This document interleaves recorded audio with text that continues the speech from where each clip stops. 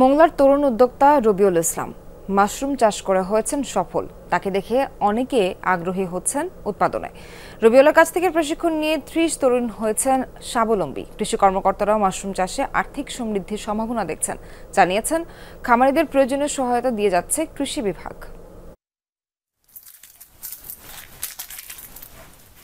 কাঠের গুঁড়া, খড়, চুন, চালের কুড়ার সাথে পরিমাণ মতো পানি দিয়ে তৈরি এই মিশ্রণে বীজ দিয়ে তা প্যাকেটবন্দি করে এভাবেই ঘরোয়া পরিবেশে চলছে মাশরুম চাষের প্রস্তুতি। বাগেরহাটের মোংলার চিলা এলাকার রবিউল ইসলাম বিদেশি এ ফসল চাষে দেখছেন সম্ভাবনা।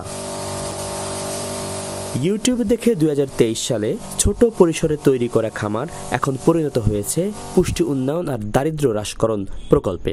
রবিউলকে দেখে উদ্বুদ্ধ হয়ে কৃষি অফিস থেকে প্রশিক্ষণ নিয়ে মাশরুম চাষে ঝুঁকেছেন ৩০ জন চাষি। আমরা কয়েকজন মহিলা মিলে আমরা এই মাশরুম চাষের উদ্যোগ নিয়েছি।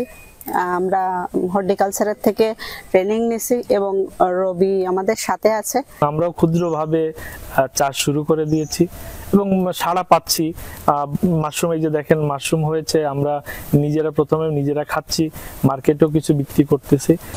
মাশরুম চাষে ব্যয় কম, তবে আয় বেশি। পুষ্টিগুণ সমৃদ্ধ হওয়ায় আছে চাহিদাও। তবে মাস্টার মাদার কিংবা মাশরুমের বীজ উৎপাদনে প্রয়োজন গবেষণাগার, যেখানে বিশেষ প্রক্রিয়ার মাধ্যমে সরাসরি মাশরুমের দেহকলার অংশ বা টিস্যু থেকে বীজ তৈরি করা হয়।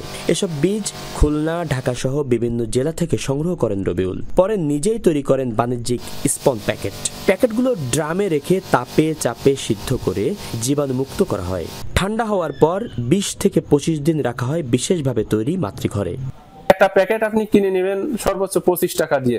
যখন ৫০০ গ্রামের একটা প্যাকেট ২৫ টাকা দিয়ে কিনবেন, ও যখন আপনার ফলন দিবে, আপনার ন্যূনতম সেখান থেকে ৪০০ গ্রাম মাশরুম আপনি পাবেন। মাশরুম যদি আমি ব্যাপক হারে করতে পারি, তো আমার প্রতি মাসে একদম কম করে হলেও ৩০ থেকে ৪০ হাজার টাকা আয় করা সম্ভব। মাশরুম চাষে আগ্রহীদের প্রশিক্ষণ ও কারিগরি সহায়তা দিয়ে থাকে কৃষি বিভাগ। যারা আসলে মাশরুম চাষে আগ্রহী উদ্যোগী, আমরা উপজেলা কৃষি অফিস থেকে তাদের প্রশিক্ষণের ব্যবস্থা করে থাকি। মাশরুম চাষটাকে যদি তারা কন্টিনিউ করে এবং সম্প্রসারণ ঘটায়, তাহলে মংলা অঞ্চল সহজেই মাশরুম চাষে সমৃদ্ধ হয়ে উঠবে এবং মাশরুম সহজেই তাদের পুষ্টি নিশ্চয়তা করবে এবং বাজারে মাশরুমটা সবার জন্য পর্যাপ্ত সরবরাহ থাকবে।